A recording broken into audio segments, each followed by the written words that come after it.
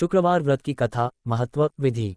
शुक्रवार व्रत का महत्व। शुक्रवार व्रत संपूर्ण पापों का नाश करने वाला, आरोग्यदायक, धार्मिक, धन धान्य, पुत्र पौत्र से संपन्न, मान सम्मान में वृद्धि तथा सभी मनोकामनाओं की पूर्ति करने वाला है। भगवान शुक्र में अनंत भक्ति रखकर शुक्रवार का व्रत करना चाहिए। इसलिए शुक्रवार को एक समय भोजन सूर्यास्त से पूर्व करना चाहिए। शुक्रवार व्रत विधि। शुक्रवार व्रत के दिन स्नानादि करके स्वच्छ वस्त्र धारण करे। पवित्र स्थान पर विधिपूर्वक पूजन करना चाहिए। चंदन, फल, अक्षत से युक्त जल से भरा कलश, उसके ऊपर गुड़ व चने से भरी कटोरी रखे। कथा कहते व सुनते समय हाथ में गुड़ और भुने चने रखे उस जल से सूर्य को अर्घ्य प्रदान करे। एक समय भोजन करे या फलाहार कर सकते हैं। सूर्यास्त से पहले भोजन करे, अगर नहीं कर पाए तो दूसरे दिन भोजन करे। शुक्रवार व्रत कथा। शुक्रवार व्रत की कथा इस प्रकार है। एक समय की बात है कि एक नगर में कायस्थ, ब्राह्मण और वैश्य जाति के तीनों लड़कों में परस्पर गहरी मित्रता थी। उन तीनों का विवाह हो गया था। ब्राह्मण और कायस्थ के लड़के का गौना भी हो गया था, परंतु वैश्य के लड़के का गौना नहीं हुआ था। एक दिन कायस्थ के लड़के ने कहा, हे मित्र, तुम मुकलावा करके अपनी स्त्री को घर क्यों नहीं लाते? स्त्री के बिना घर कैसा बुरा लगता है। ये बात वैश्य के लड़के को पसंद आ गई। वह कहने लगा कि मैं अभी जाकर मुकलावा लेकर आता हूँ। ब्राह्मण के लड़के ने कहा, अभी मत जाओ, क्योंकि अभी शुक्रस्त हो रहा है, जब उदय हो तब ले आना। परंतु वैश्य के लड़के ने अपना मन बना लिया था और जिद करने लगा। घर वाले के समझाने पर भी नहीं माना और अपने ससुराल चला गया।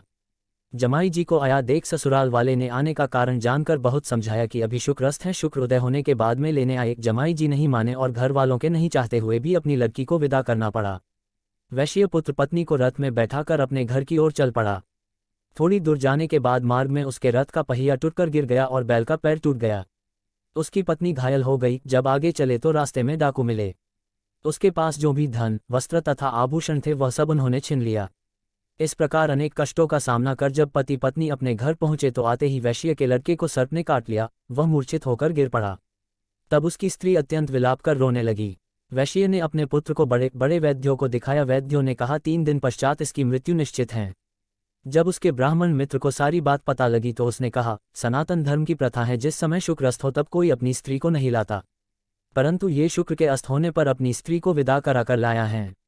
इस कारण सारे विघ्न उत्पन्न हुए हैं। यदि ये दोनों ससुराल वापस चले जाए और शुक्र के उदय होने पर पुनः आए तो निश्चय ही विघ्न टल सकता है। सेठ ने अपने पुत्र और उसकी पत्नी शीघ्र ही अपने ससुराल वापस पहुंचा दिए। वहां पहुंचते ही वैश्य पुत्र की मूर्छा दूर हो गई और साधारण उपचार से ही सर्प विष से मुक्त हो गया।